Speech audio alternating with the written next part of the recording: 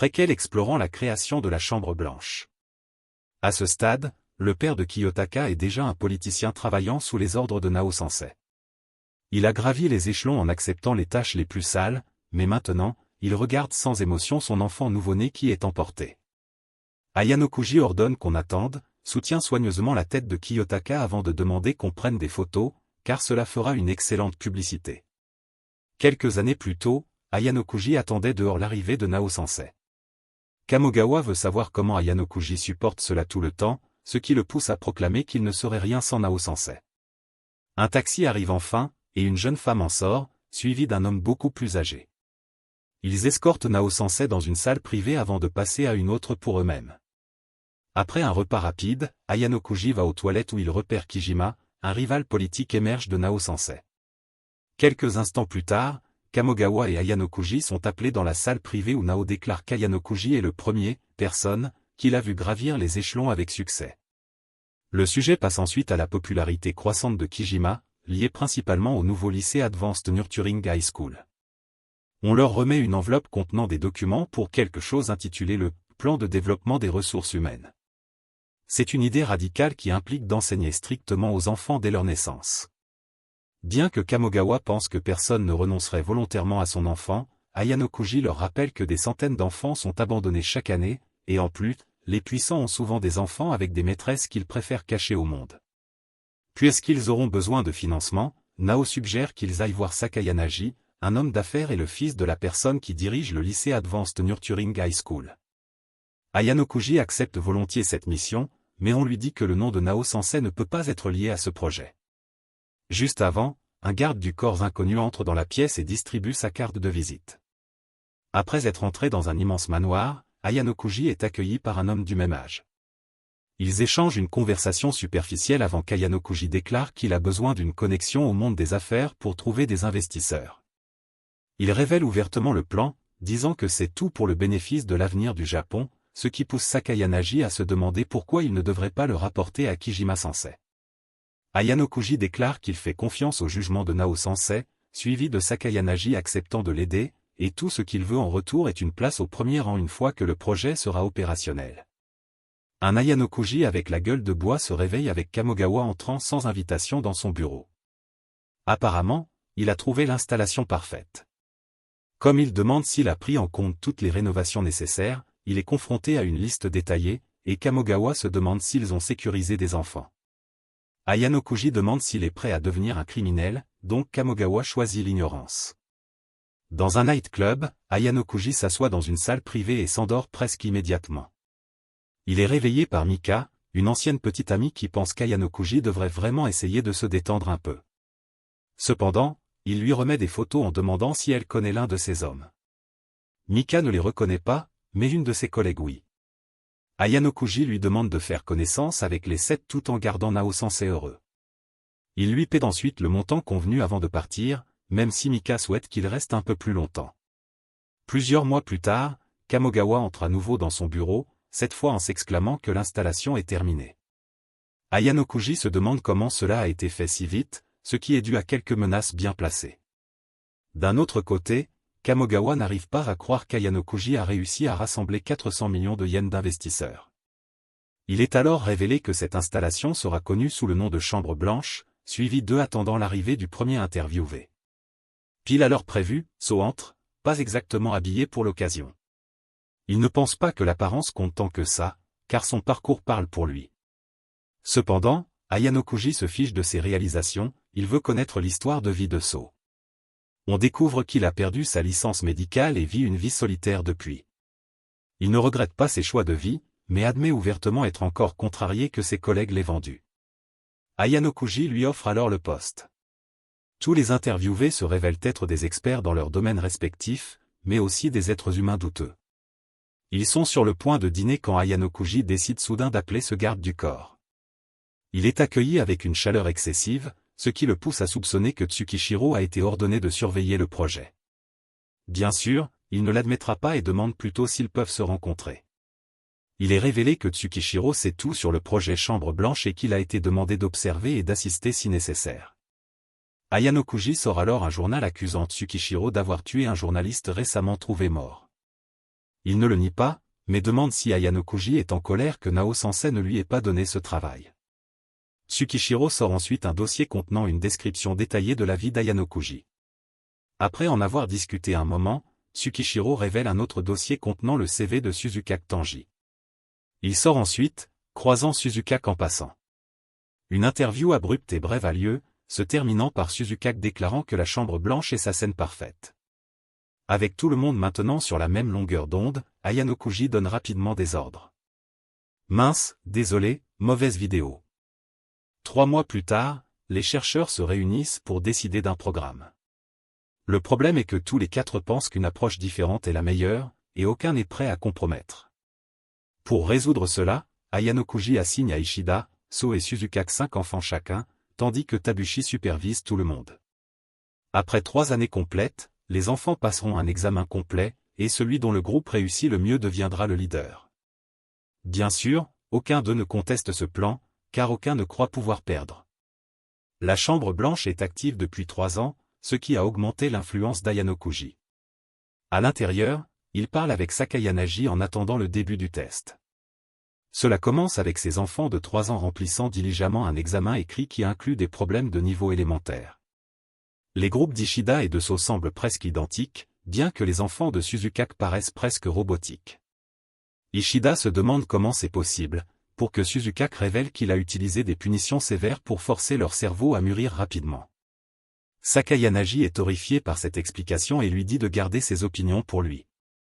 Ensuite, il passe à un test physique où les 2 premiers groupes sont au-dessus de la moyenne, mais le groupe de Suzukake gagne à nouveau car ils savent jouer du piano.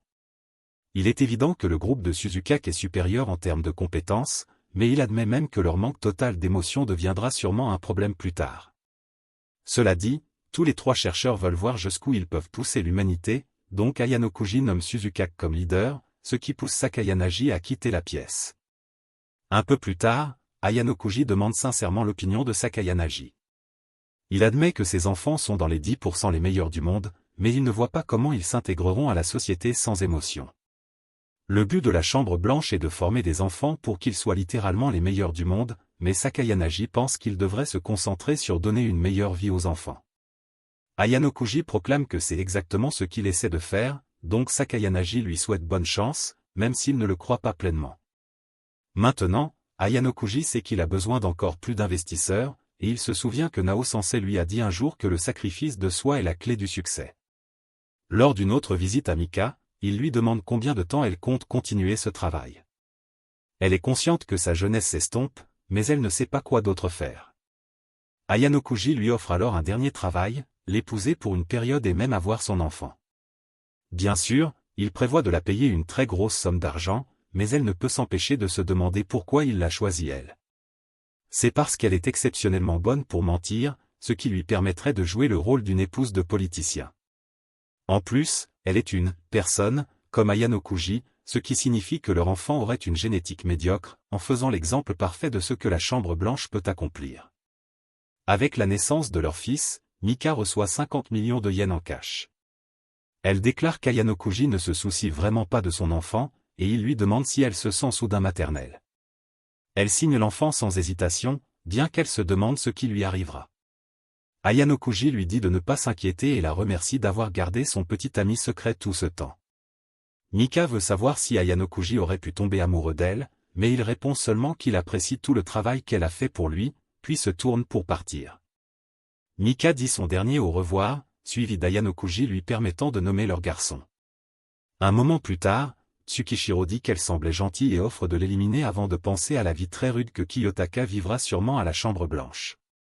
Tabushi explique comment le programme deviendra plus difficile avec chaque génération successive. Ils ont déjà vu des problèmes avec les abandons qui ne s'adaptent pas à la société, donc Ishida propose l'idée d'utiliser la VR pour combler l'écart. Ayano Kuji leur dit d'aller de l'avant avec cette idée, et il veut aussi que la génération 4 soit gérée sous le programme bêta. C'est essentiellement la difficulté maximale et n'a été créée qu'en théorie, car on pense que c'est impossible. Il se fiche même si tous les enfants abandonnent, il a juste besoin que son fils soit utilisé pour l'expérience la plus difficile. Après être sorti de la pièce, Ayano Kuji reçoit immédiatement un appel téléphonique. Sakayanagi pense que Kiyotaka mérite d'être élevé par ses parents aimants, mais cette idée est rapidement rejetée. Il est alors révélé que Sakayanagi est sur le point d'avoir un enfant aussi, et que la Chambre Blanche serait prête à l'accueillir, mais bien sûr, cette offre est refusée. Ayanokuji est cependant impatient de voir quel type d'enfant Sakayanagi élèvera. La toute première chose dont Kiyotaka Ayanokuji se souvient est de fixer un plafond blanc, et la première chose qu'il a apprise est que personne ne vient consoler ses pleurs. À 2 ans, il participe à un jeu de devinettes où il réussit les 4 premiers tours. L'instructeur cache alors ses mains derrière son dos, donc Kiyotaka devine au hasard la mauvaise main. Le tour suivant, il observe attentivement les autres instructeurs pour déterminer quelle main tient le bonbon gélifié. Cependant, le tour suivant, aucun instructeur ne révèle jusqu'après que Kiyotaka ait deviné. Étrangement, personne ne l'a eu correct, donc la fois suivante, Kiyotaka pointe derrière le dos de l'instructeur, croyant que c'est un piège.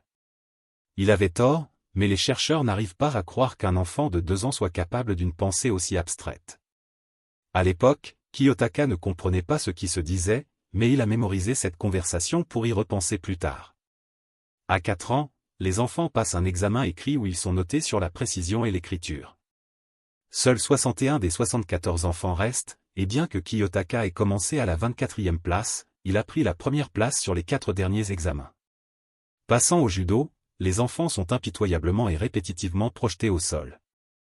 Ils pleurent de douleur, et une fille s'accroche à la jambe de l'instructeur, recevant coup après coup jusqu'à ce qu'elle vomisse puis s'évanouisse.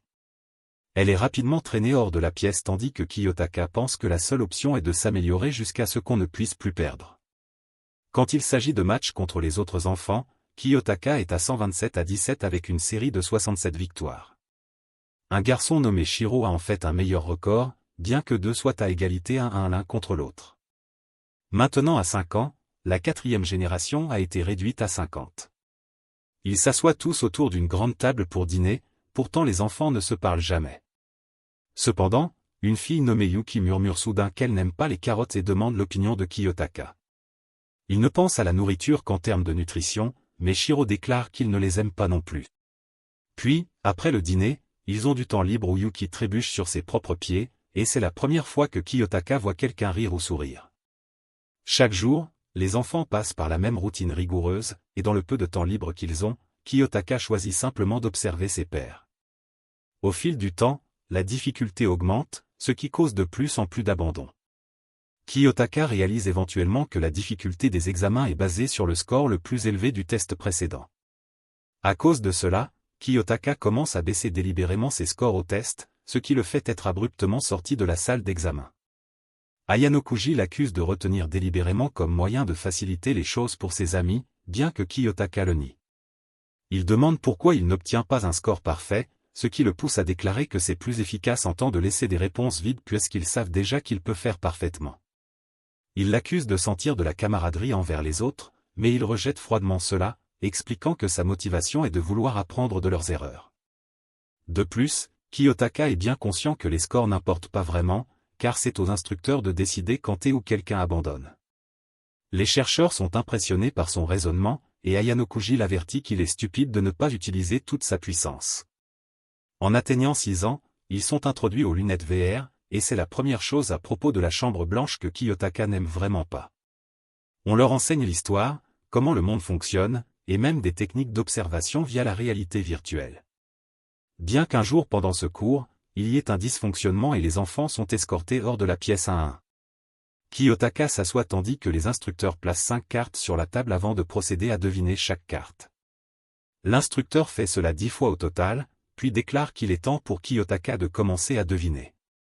Il réfléchit intensément à ce que cette activité est censée accomplir, puis devine le premier tour à 100% correct. Cela confirme la théorie de Kiyotaka que c'est un test de mémoire, et il devine parfaitement les 10 tours en se souvenant des exemples de l'instructeur. La chambre blanche contient aussi une piscine.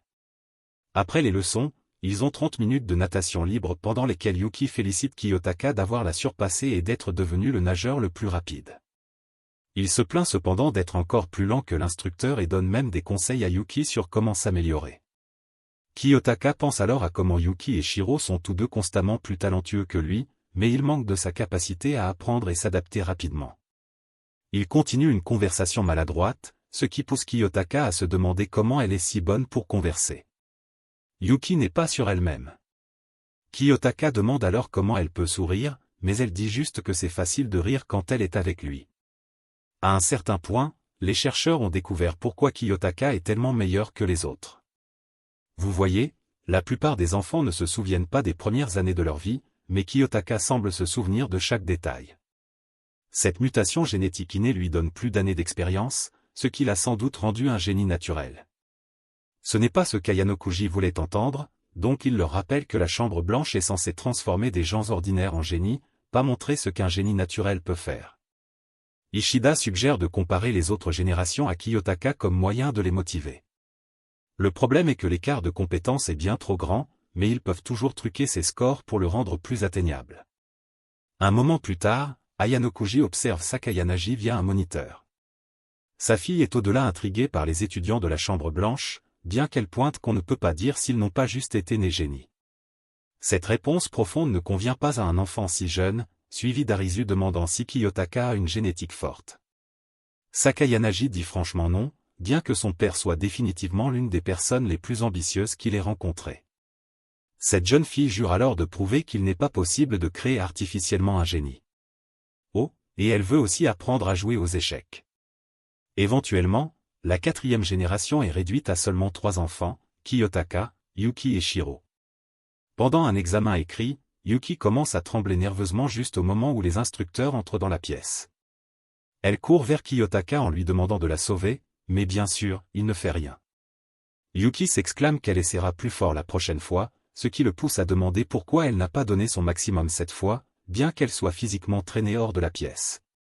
Kiyotaka déclare qu'elle se sent mal car elle a commencé à saigner. Le stress accru de la chambre blanche doit avoir causé son cycle à commencer prématurément, donc il l'emmène chez le docteur pour un check-up. Un instructeur crie que Kiyotaka doit connaître sa place, mais il pense qu'ils ont juste besoin de le surveiller de plus près. Les adultes partent alors, et Yuki n'a plus jamais été vu. Les 2 enfants restants continuent leur jour principalement en silence jusqu'à une certaine session de judo. Pendant leur combat, Shiro révèle qu'il n'a pas gagné un match depuis des années et qu'il prévoit d'abandonner pour obtenir sa liberté. Kiyotaka déclare qu'il n'aime pas ça ici, car il veut vraiment savoir jusqu'où il peut grandir. Ils se disent alors leurs adieux finaux, suivis de Kiyotaka gagnant à nouveau. À l'âge de 9 ans, Kiyotaka a surpassé tous les instructeurs, donc ils font venir un groupe d'étrangers pour le combattre. On lui dit de ne pas se retenir et même d'essayer de les tuer. Le leader de ces hommes offre à Kiyotaka un choix d'armes, qu'il prend seulement après qu'un instructeur lui ordonne de le faire. Avec son bâton, il termine rapidement le match avec un coup écrasant sur le crâne du dernier homme. Dans la panique, les instructeurs hurlent pour qu'il s'arrête, demandant ce que Kiyotaka pensait. Il déclare simplement qu'on lui a dit de les tuer, suivi d'Ayanokuji l'escortant hors de la pièce. Ayanokuji révèle être le père de Kiyotaka, mais il était déjà au courant. Ayanokuji déclare alors que Kiyotaka est spécial même parmi la chambre blanche, suivi d'un chercheur proclamant que le rythme cardiaque de Kiyotaka n'a pas augmenté du tout. En gros, Kiyotaka est vraiment vide de toute émotion, ce qui le rend inarrêtable mais aussi majoritairement inutilisable. Pour réparer cet enfant au potentiel illimité, il devrait drastiquement changer son environnement, bien qu'Ayanokuji ordonne plutôt de trouver comment reproduire ce résultat. Après des années de dur labeur, il est enfin temps pour la chambre blanche de devenir publique. Nao Sensei les rejoint immédiatement, révélant ses intentions de ne pas se présenter comme Premier ministre car il votera plutôt pour son rival Kijima. Apparemment, ses ennemis ont sérieusement endommagé sa réputation, et il n'a pas trouvé de moyen de riposter. Ils comprennent, mais Nao ordonne alors à Ayanokuji de se faire discret car il est une nuisance aux yeux de Kijima. Ayanokuji s'exclame qu'il ne faisait que suivre les ordres de Nao, cependant Nao dit qu'il est allé trop loin et a gagné trop de pouvoir. On leur dit alors de faire comme si la chambre blanche n'avait jamais existé. Ayanokuji n'arrive pas à croire ce qu'il entend, suivi de Nao promettant de le ramener sous les projecteurs dans quelques années, bien qu'Ayanokuji ne le croit pas. Après le départ de Nao, Ayanokuji frappe le sol, disant à Kamogawa de démissionner et de recommencer sa carrière comme politicien. Kamogawa s'exclame qu'Ayanokuji ferait mieux de ne pas continuer la chambre blanche, ce qui le pousse à déclarer qu'il doit juste tenir jusqu'à la mort de Nao Sensei. Quelques jours plus tard, en passant un appel, il demande à Tsukishiro une explication. Apparemment, la chambre blanche entre directement en conflit avec les plans futurs de Kijima, même si Kijima a déjà le lycée Advanced Nurturing High School. Puis, il est révélé que l'influence et le succès de la Chambre Blanche commençaient à effrayer Nao et Kijima. Il demande pourquoi Tsukishiro est si honnête, ce qui le pousse à déclarer sa conviction qu'Ayanokuji remontera sûrement et qu'ils seront amis pour très longtemps. La Chambre Blanche organise un banquet chic où Ayanokuji croise le président Omazawa. Il s'avère que sa maîtresse est enceinte et demande si la Chambre Blanche accepterait cet enfant futur. Bien sûr qu'ils le feront, faisant de cela le deuxième enfant Omazawa à être inscrit. En remerciement, le président Omazawa double sa donation cette année, même s'il ne voit pas sa première fille comme légitime puisqu'elle est née d'une éprouvette. Quelque temps plus tard, Ayanokuji regarde 3 garçons entourés et accuser un autre de mentir. Il traîne un 5e garçon dans l'argument, le transformant en 4 contre 1. Juste au moment où Ishigami intervient pour défendre le solitaire. Cela devient physique, mais Ishigami pose pour montrer à ses opposants comment frapper correctement quelqu'un. Nagi attrape Ishigami comme instruit, ce qui le pousse à tenir son opposant en place en criant pour qu'un adulte vienne le sauver. Il fuit, et Ishigami demande pourquoi Kanzaki n'a pas brisé l'argument, mais apparemment il ne pouvait pas s'en soucier. Ayanokuji s'approche alors, se demandant pourquoi Ishigami ne l'a pas appelé à l'aide. C'est parce qu'il était conscient qu'Ayanokuji avait vu toute l'interaction. Juste au moment où son père s'excuse pour son fils étant une gêne, bien qu'il le rassure que Ishigami est un jeune garçon très impressionnant. Il parle brièvement avec Kanzaki et son père avant de se diriger vers Sakayanagi. On découvre que Sakayanagi prendra officiellement la position de son père comme président du lycée Advanced Nurturing High School. Cela signifie que la relation prendra fin, donc Ayanokuji promet d'utiliser la Chambre Blanche pour renverser le système politique actuel du Japon. Sakayanagi déclare que cela pourrait prendre jusqu'à 20 ans, suivi de ces 2 hommes se serrant la main comme un au revoir final. À cause de l'interférence de Nao Sensei, la Chambre Blanche a été temporairement mise en pause. Suzukake pense à comment chaque enfant a sa limite sauf Kiyotaka. Il s'adaptait et évoluait constamment. Il n'est pas sûr si le but de la Chambre Blanche de créer artificiellement un génie est vraiment possible, et il ne peut s'empêcher de se demander si Kiyotaka trouvera jamais le vrai bonheur. Quelque temps plus tard, Kamogawa demande pourquoi il se dirige vers la clinique, ce qui pousse Ayanokuji à expliquer que quelqu'un a demandé à parler à Kiyotaka. Cela fait si longtemps que Kamogawa est sincèrement excité de le voir, mais Ishida prétend que Kiyotaka est un monstre. À l'âge de 14 ans, Kiyotaka entre dans la clinique pour trouver une fille extrêmement excitée. Yuki demande s'il est encore dans la Chambre Blanche, ce qui le pousse à révéler que c'est son tout premier jour dehors. Elle demande pour les autres enfants, Kiyotaka déclare qu'il est le dernier survivant.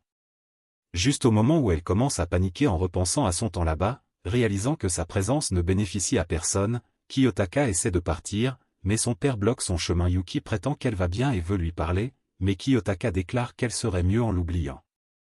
Son père demande si Kiyotaka s'en soucie du tout, ce qui le pousse à s'exclamer qu'il n'a aucun sentiment envers ceux qui ont abandonné. Il quitte alors la clinique, rejoignant immédiatement les autres dans la voiture.